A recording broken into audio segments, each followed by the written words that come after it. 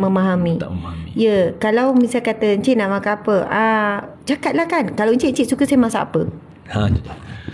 Sup tulang, nasi lemak, lasu Penang, lasu lemak, kemudian nasi air, mi rebus, nasi air, semuanya menu sedap-sedap. Tahu tak encik sebut macam tu kan, saya rasa ada yang menonton ni dah yang menonton ni kan, dia orang kata Ustaz asyik sebut yang sama je menu, mesti Ustaz pandai masak yang tu je. Banyak nasi bukhari, nasi Arab. Ya, dah lama saya tak masak nasi bukhari. Lama sangat. Oh, tu bunyi celaka sangat tu. Jadi bila suami tu cuma kena cakap. Kena cakap. Cakap selesai. Banyak perkara cakap selesai. Ya. Yang suami suka adalah bila mana dipuji. Suami suka dipuji. Oh, suami pun suka dipuji. Bukan si isteri saja suka dipuji. Oh, tapi suami tak merajuk, dia tak tunjuk. Kalau orang tak puji tak merajuk. Tapi kalau perempuan tak puji, dia tunjuk. Dia tunjuk. Itu masalah. Okey, faham. Maksudnya orang lelaki pun suka dipuji. Contoh dipuji apa? Kalau suami pakai baju baru ke, handsome. Contoh. Walaupun suami tu tak adalah handsome sangat, tapi bila isteri tu puji, seronok dia. Kemudian suami kalau dia baru start potong rumput rumah, puji, rajin. Ini bila baru potong rumput, apa buat tabiat ke ni? Nak mati ke ni berubah ni? Cik kena tengok sana, cik. Suami tu masalah isteri tu. Masalah isteri. Ya. Bila suami mula nak berubah, dia matikan semangat tu on the spot. Jadi terus mati semangat. Terus tak potong rumput, terus tak buat kerja rumah, terus tak pasal pinggang. Orang lelaki ngada-ngada perangai budak kecil. Dia macam tu. Dia cuba buat sesuatu, cuma dia pun perlu penghargaan. Jadi perempuan ingat, kadang kan suami tu baru start, lepas tu kan buat apa tu? Dah insaf ke? Macam tu kan. Tak boleh. Sejak pada tu dia tak buat apa-apa dah. Dia malas tunjuk dah. Dia bukan nak menunjuk. Dia cuba bantu dan cuba berubah. Okey. Jadi semangat yang hilang ni, dia on the spot. Dia susah nak dikembalikan. Susah nak dibangkit balik lah. Dah hilang kan. Aduh, manjanya orang lelaki. Yang ketiganya, contohnya, maksudnya kalau potong rumput, bang, terima kasih banyak. Terbaik macam tu. Okay.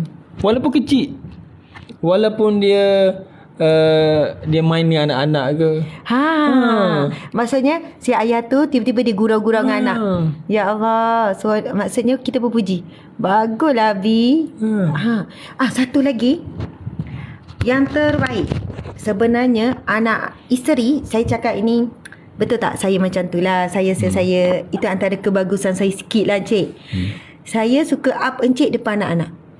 Betul. Tapi ada juga saya downgrade encik depan anak-anak. Betul, sebenarnya jangan sebut selalu depan live ni. Tak, maksudnya kalau saya downgradekan encik, sebenarnya saya nak tegur encik, tapi saya gunakan anak-anak. Sebenarnya kurang bagus sangat lah. Kurang bagus sikit. Tapi anak-anak macam dah faham dah kita ni. Okey, contoh kan, kita puji suami kita, upgrade suami depan anak-anak. Itu sangat bagus. Sebab itu saya belajar lah. Contoh kan, Abi balik tu, pergi jumpa Abi, peluk Abi, salam. Kita didik anak supaya menghormati dan menyayangi Abi dia. Kedua tu, contohnya kan, apa-apa yang kita beli, tapi kan saya suka cakap apa pada Abi yang usahakan ni, Abi anak ni. Anak-anak pun pergi, makasih Abi, sayang Abi, makasih Abi, sayang Abi. Dua ni ayat yang selalu anak-anak akan sebut. Lepas tu puji, Abi ni bagus, syukur Umi dapat suami macam Abi. Sampai anak kita kata esok, tapi kan tak nak jadi macam Abi. Ingat tak apa yang Imran cakap? Apa dia banyak cakap tu? Tak, Imran anak saya, marah Imran sebut nama dia. Imran ni kan, saya pernah tanya, Imran nak isteri yang macam mana? Ingat tak dia jawab apa? Dia jawab apa? Dia nak jadi isteri macam Umi. Imran jawab, Umi, sebenarnya kan Imran nak isteri Imran esok macam Umi. Isteri macam Umi. Kenapa macam Umi? Umi kan garang, Umi kan ni. Kalau ada isteri macam Umi, Imran tak payah buat apa-apa. Faham tak? Faham. Saya kan, lepas Ismail cakap macam tu, Kenapa Iman cakap macam tu? Iman cakap macam soalannya Abi tak buat apa-apa. Dia jawab macam tu. Dia kata, jadi Iman tak payahlah buat susah sangat. Iman boleh relax. Iman boleh cool. Iman boleh rehat-rehat. Sebab kalau ada isi macam Umi buat semua. Saya kata, Imran, sebenarnya Abi buat banyak perkara. Masa tu saya pun sebut. Saya sebut Abi tu, Abi ni. Sebab mungkin Iman tak sedar kot. Okey, Umi kalau Umi tak buat kalau Abi tak bantu Umi macam ni, kalau Abi tak ni, Abi banyak sabar dengan Umi, sebab itulah Umi boleh buat itu, buat ini. Okey. Ya Allah. Anak-anak kan, subhanallah. Kita kena up anak kita. Kita kena up suami kita depan anak-anak. Suami selalu up saya depan anak-anak. Umi ni bagus. Walaupun kadang tu kita tengok betul ke bagus, beli ke betul. Kita tanya suami kita kan. Suami kita cakap, Umi ni bagus. Umi ni ibu yang baik.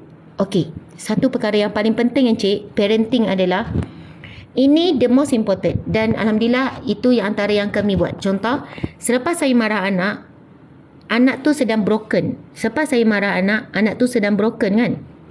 Anak tu sedang terluka, sedih. Kalau saya marah yang berlebihan. Peranan suami bukan menambah. Bukan pergi menambah dekat anak tu. Dan bukan burukkan saya. Tak. Itu ada deal kami suami isteri. Peranan suami bukan sabar je lah, mak tu, Umi tu kan memang macam tu, nak macam mana. Bukan. Ataupun suami pergi menambah dekat anak. Tu lah. Kan Abi dah cakap. Ni tak. Tapi suami akan tugas cool down. Akan pergi dekat anak dan bukan burukkan ibu. Tapi bagi tahu Umi tengah stres tu, sebab tu Umi macam tu. Umi penat sangat tu. Tapi apa yang Umi cakap tu betul tak? Tu caranya. Betul tak Encik buat macam tu? Ke Encik meracuni fikiran anak? Betul. Betul kan? Betul. Sama juga bila Encik suami terlebih marah pada anak, maksud lebih daripada sepatutnya, saya akan pergi cool down. Saya ni kalau tengok suami marah anak, saya tak boleh. Saya marah anak, suami kadang dia backup anak lah. Tapi kita tak boleh backup tu depan. Belakang kita pergi. Jadi itu di antara peranan. Belakang saya akan pergi jumpa. Sebenarnya Abi tu tengah ni. Abi bukan maksudkan macam tu. Fahamkan apa maksud Abi? Faham Umi? Betul tak apa yang Abi sebut tu? Walaupun mungkin kasar sikit, tapi sebenarnya Abi nak sampaikan ni. Mungkin perkataan Abi kurang tepat. Macam tu lah. Saya cover balik. Macam tu. Okay. Apa lagi yang suami nak? Suami nak dipuji. Suami nak difahami. Difahami. Dan didengari. Didengari. Oh, lelaki pun nak didengari. Memang suka didengari. Walaupun tak banyak cakap, sekali dia bercakap, dia nak didengari. Macam itulah contohnya lah. Saya mendengar pendengar yang baik tak? Ustazah pendengar yang baik. Sebab Ustazah kurang bercakap. Jadi Ustazah banyak mendengar. Jadi itu terbalik. Saya paksa Encik cakap. Betul tak? Betul. Jadi didengarilah. Cuma walaupun kurang bercakap, tetapi macam kita lah, setiap apa yang kita cakapkan tu kita anggap penting sangat dan kita nak didengari. Walaupun perkara tu kecil. Paling kecil. Okay. Dan begitu juga suami, walaupun jarang cakap, tapi bila dia cakap, dia rasa benda tu penting sangat bagi dia. Dan jangan meremeh-remehkan pandangan dia. Raikan dulu. Jangan tolak terus. Betul, walaupun pandangan tu macam kita biasa je, dah lah kurang bercakap, kemudian bagi dia sekali bercakap tak bernas. Raikan dulu apa-apa pun. Masya Allah. Tolong orang perempuan. Ya, betul, orang perempuan ni sebab dia banyak fikir, dia tak terbiasa berfikir. Orang perempuan ni dia tu macam benar je kan. Jadi bila suami bagi, sebab suami nak tunjuk bagus atau nak tunjuk involve lah dalam perkara tu, dia cuba bagi cadangan. So tolonglah jangan macam kemudian tolak mentah-mentah je. Tolak mentah-mentah. Cik macam luahan perasaan terasa ni. Cik siap. Tak ada. Tak, suami akan terasa bila mana walaupun dia kurang bercakap, tapi bila dia bercakap tu kita dengar, kita raikan dia. Walaupun kita nak gelak dengan pandangan dia, kita tahan dan kita kata, Masya Allah, bagus lah pandangan cik. Betul lah. Betul. Saya macam mana? Ustazah memang meraikan kadang-kadang memang saya sedar, kadang saya macam tolak mentah-mentah. Tapi kadang-kadang saya overreact. Betul. Bagus, terbaik. Macam tu kan. Musyarah ni Ustazah. Okey, yelah pensyarah. Okey, baik-baik. Kemudian yang terakhirnya, suami ni Ustazah, dia juga ada sifat cemburu. Cemburu. Bukan saya lah, saya tak kuat cemburu. Sikit-sikit adalah. Mesti ada. Lelaki mesti ada. Mesti ada. Lelaki ni mesti ada cemburu dia. Cuma si isteri ni dia kurang faham cemburu dia tu. Cemburu suami. Suami cemburu suami. Kadang suami tengok dia diam je lah. Tak apalah. Tapi kena jaga hati dia. Ya. Kena jaga hati dia. Si suami cemburu bila mana isterinya bekerja di pejabat dengan ramai lelaki contohnya. Ya. Dia ada rasa cemburu. Okey. Rasa cemburu. Tapi si isteri kena menunjukkan rasa keyakinan tu bahawasanya dia ni kerja memang kurang bergaul, pergi makan-makan. Kena buktikan. Dan kena macam kena buat-buatlah ayat macam soalannya tak sukalah berurusan dengan lelaki. Di depan-depan lagi pun kena jaga. Depan bila bercakap dengan lelaki tak dikenali. Ya. Jadi ada orang siapa. Contohnya lah. Contoh bukan maksud salah. Jadi dia kena jaga hati suami. Kena jaga hati suami. Itu penting. Cemburu tu. Sebab apa? Yelah. Itu bagus sebenarnya. Perasaan tu bagus.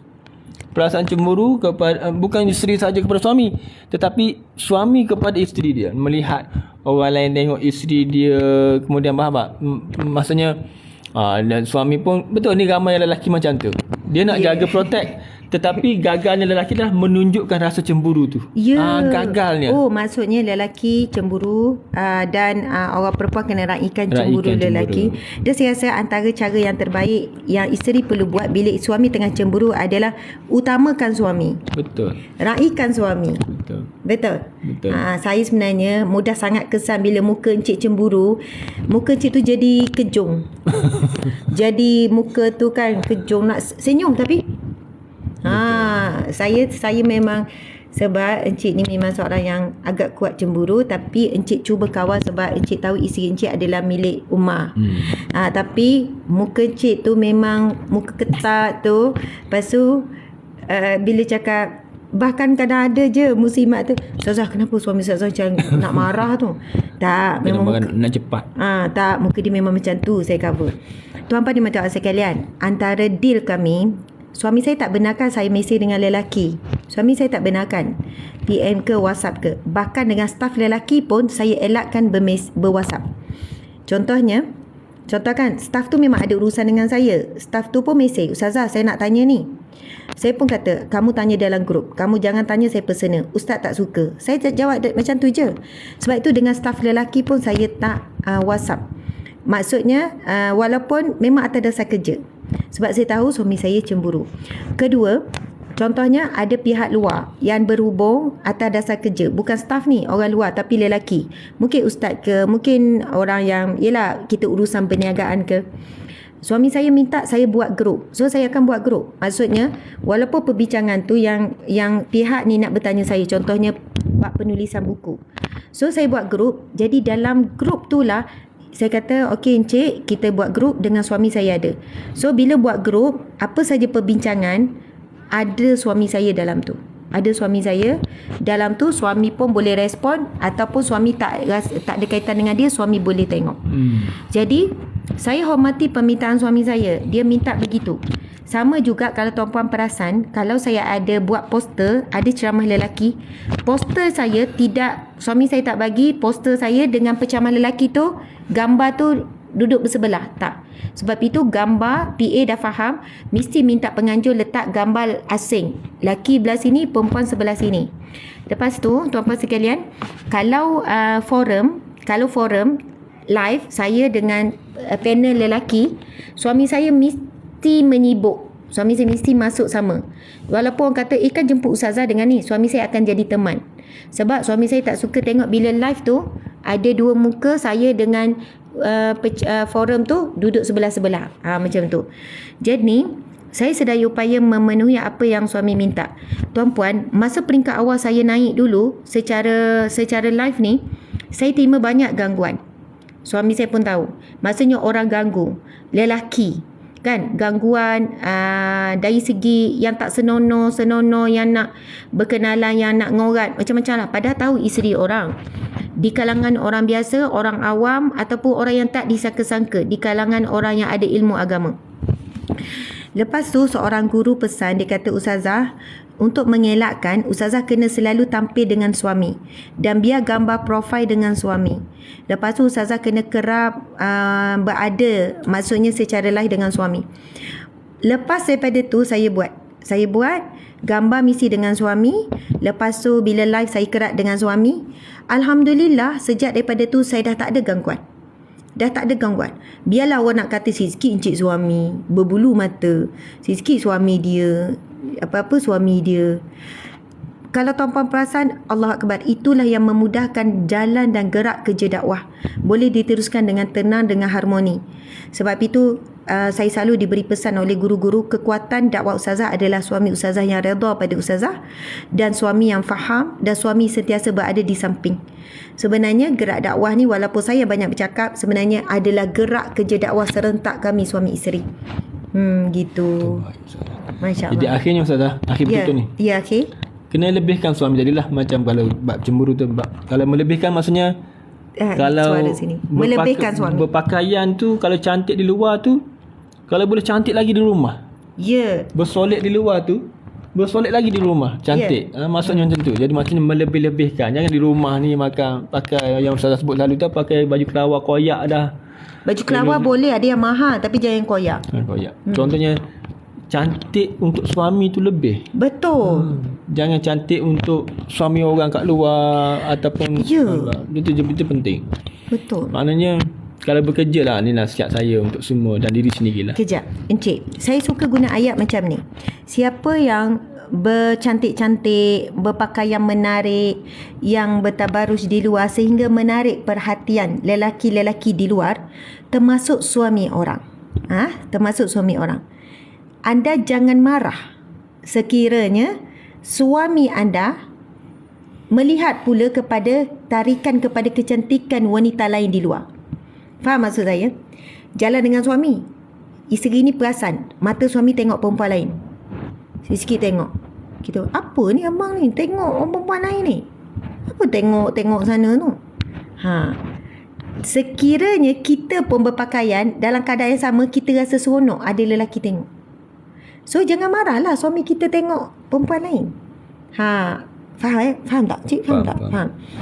Maksudnya di sini, sesiapa yang berhias untuk menarik perhatian lelaki lain, memang dia kata, saya tak tujuan macam tu. Saya pakai cantik-cantik, saya solek-solek apa semua tu untuk kepuasan diri.